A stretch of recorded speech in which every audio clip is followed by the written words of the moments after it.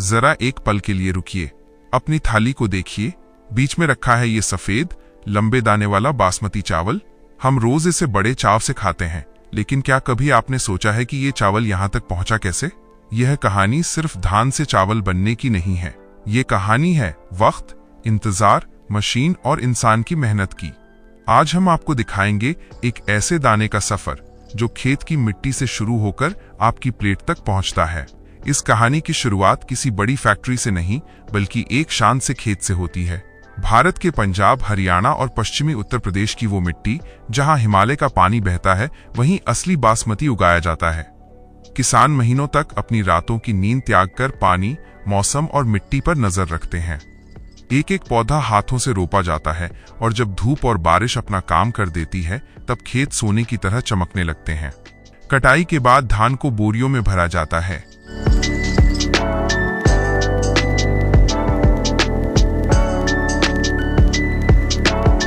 फिर शुरू होता है ट्रकों का काफिला, जो धान को लेकर राइस मिल की ओर निकल पड़ता है।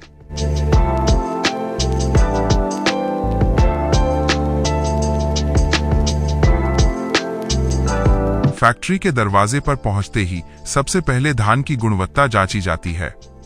अगर दाने में नमी ज्यादा हो या वो कच्चा हो तो उसे रिजेक्ट कर दिया जाता है, क्योंकि बासमती बनने के लिए परफेक्ट होना जरूरी है। यहां से शुरू होती है मशीनों की दुनिया।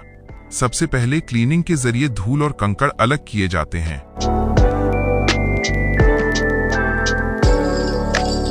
फिर आती है हस्किंग की बारी, जहां मशीनें बड़ी सावधानी से धान का ऊपरी छिलका उतारती हैं ताकि अंदर का नाजुक दाना टूटने न पाए। इसके बाद पॉलिशिंग और मिलिंग होती है, जिससे चावल को वो सफेद चमक मिलती है जिसे देखकर भूख बढ़ जाती है। लेकिन हर दाना बासमती नहीं बनता। यहां दानों का कड़ा इम्तिहान होता है। सॉर्टेक्स नाम की आधुनिक मशीनें हर दाने की लंबाई, मोटाई और मजबूती को जांचती हैं। अगर कोई दाना हल्का सा भी दागदार या छोटा हो तो उसे कंप्यूटर की तेज नजरें तुरंत बाहर कर देती हैं। एजिंग का राज शायद आपको पता न हो, लेकिन ताजा चावल कभी भी उतना खुशबूदार नहीं होता। असली बासमती का राज छिपा है एजिंग में। इसे 6 महीने से लेकर 2 साल तक बड़े बड़े गोदामों में सुरक्षित रखा जाता है। इसी इंतजार के दौरान चावल के अंदर का स्टार्च बदलता है और पैदा होती है वो जादुई खुशबू जो बासमती की असली पहचान है। सफर के अंत में ऑटोमेटिक मशीनें इस तैयार चावल को तौलती हैं और पैकेट में बंद करती हैं। यहां इसे एक ब्रांड और एक पहचान मिलती है।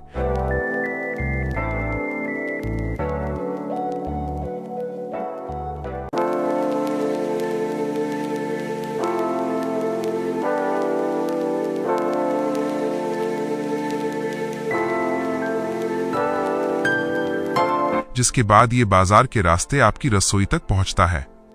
जब आप बासमती पकाते हैं और ढक्कन उठाते हैं तो जो खुशबू पूरे घर में फैल जाती है, वो दरअसल उस किसान के पसीने और सालों के इंतजार का नतीजा है। बासमती सिर्फ खाना नहीं, एक पूरी कहानी है। ऐसी ही दिलचस्प और अनसुनी कहानियों को जानने के लिए हमारे साथ जुड़े रहिए। अगर आपको ये वीडियो पसंद आई तो चैनल को सब्सक्राइब करना न भूलें और अगली बार चावल खाते वक्त इस लंबे सफर को याद जरूर करें।